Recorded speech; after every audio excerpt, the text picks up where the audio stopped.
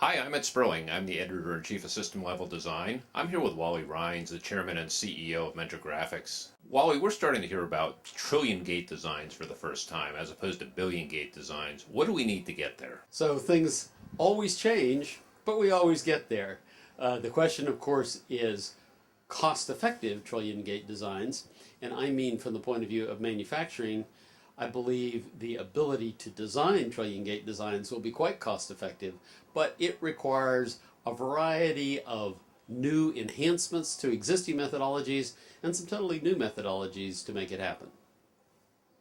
Verification has traditionally been one of the biggest problems in design.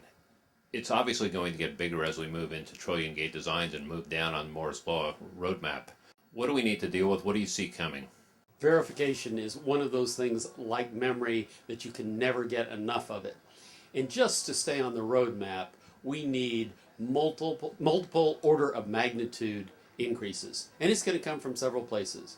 Some is just increasing simulation speeds and coverage by orders of magnitude. And the tools are basically in place to do that. They just aren't widely deployed. Things like graph-based verification offer one or two orders of magnitude very easily, very quickly. And then there's some other things. We'll get more parallelism into simulation. But in addition, verification needs to move to a different plane. And that's why the big revolution that's going on is emulation. With traditional design evolution, general purpose computers were adequate to verify our designs, and they improved in their performance as the complexity increased, so simulation could do the job. So for many years, emulation was for the specialists, the graphics designer who wanted to see images or other specialties. What's happened in recent times is that the increase in uniprocessor frequency on the commercial processors has flattened, and we've gotten to multiprocessing, and simulation has not been able to get enough of the multiprocessing advantage to keep up, so those people doing really large chips are finding they have to do emulation if they want to do full chip verification. So now it's no longer just graphics, it's microprocessors, it's network processors, it's communication chips, it's a whole flood of people coming in to the emulation space. It's not just the hardware anymore, though, right? It's also the software. You're absolutely right. The development and verification of software has to be done on a prototype as early as possible in the cycle. And what leading edge designers and design teams have found is you can put those software developers on an emulator, and as long as they have their traditional software development environment, the emulator can be the virtual hardware underneath that they access, that they develop to, that they verify to, and technology's been developed so that we can have dozens or even hundreds of software developers working on the same emulator in order to have that embedded software working when the hardware becomes available.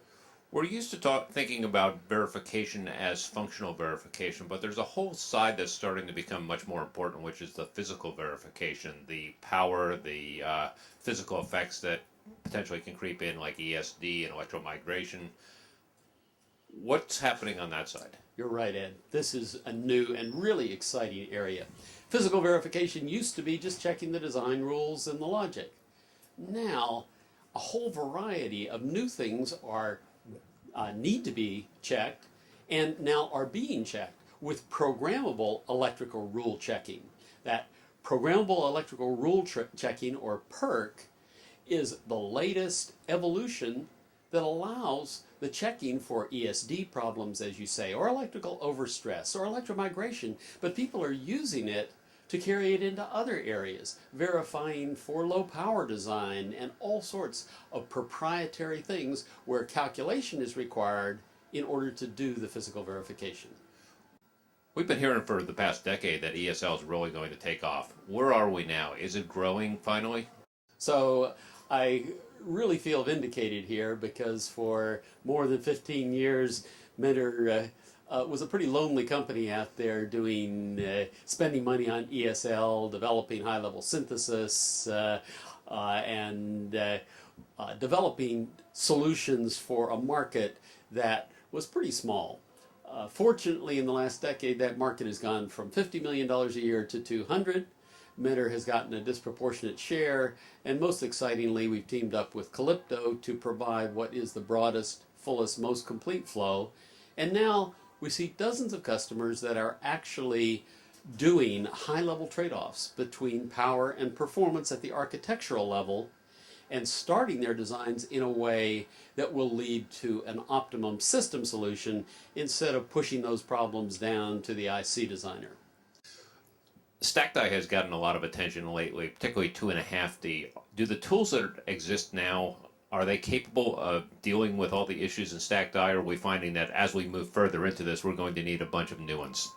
Well, because the industry didn't quite convert quite as rapidly as expected, the EDA industry was able to get the tool set in place so that now that the foundries offer 2.5D with interposers, the verification tools are already available. They are well wrung out, lots of designs done. And the big things that have been happening are people putting multi-die on the same interposer with memory stacks or with memory. And another important one is flipping memory on top of processors for wide I/O memory access that has tremendous benefits in terms of power and performance. And the verification of those multi-chip combinations is in fact an automated thing that comes with a standard physical verification tool set.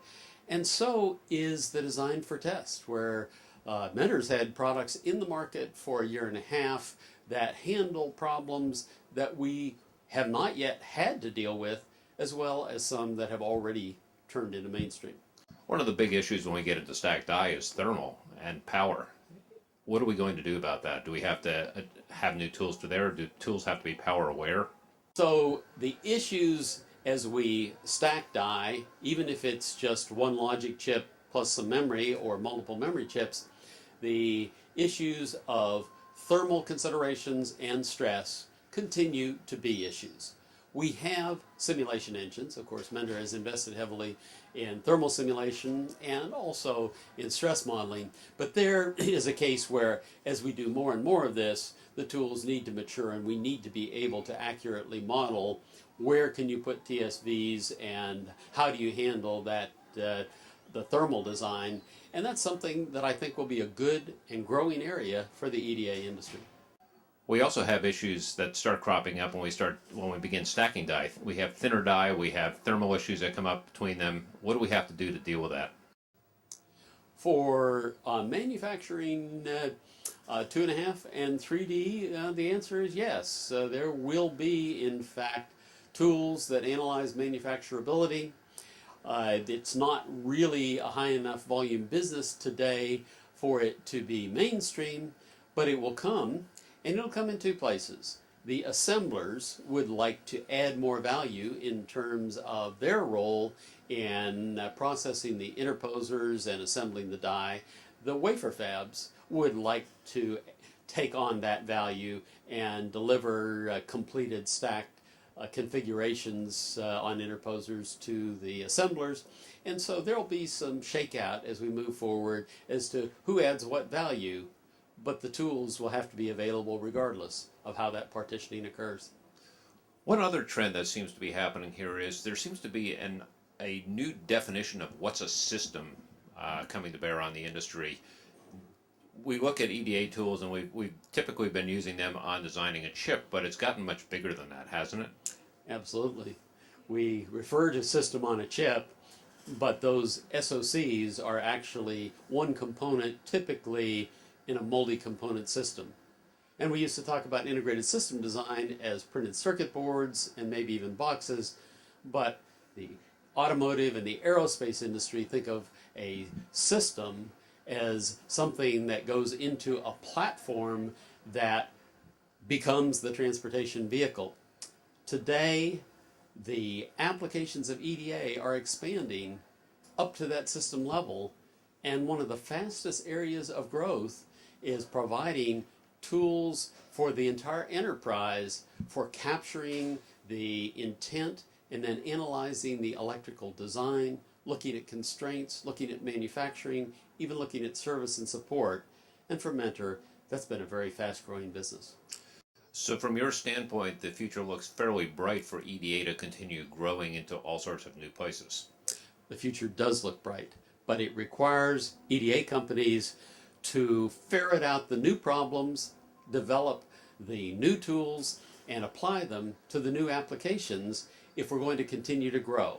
If we just do the same thing, only do it on more transistors, not much growth.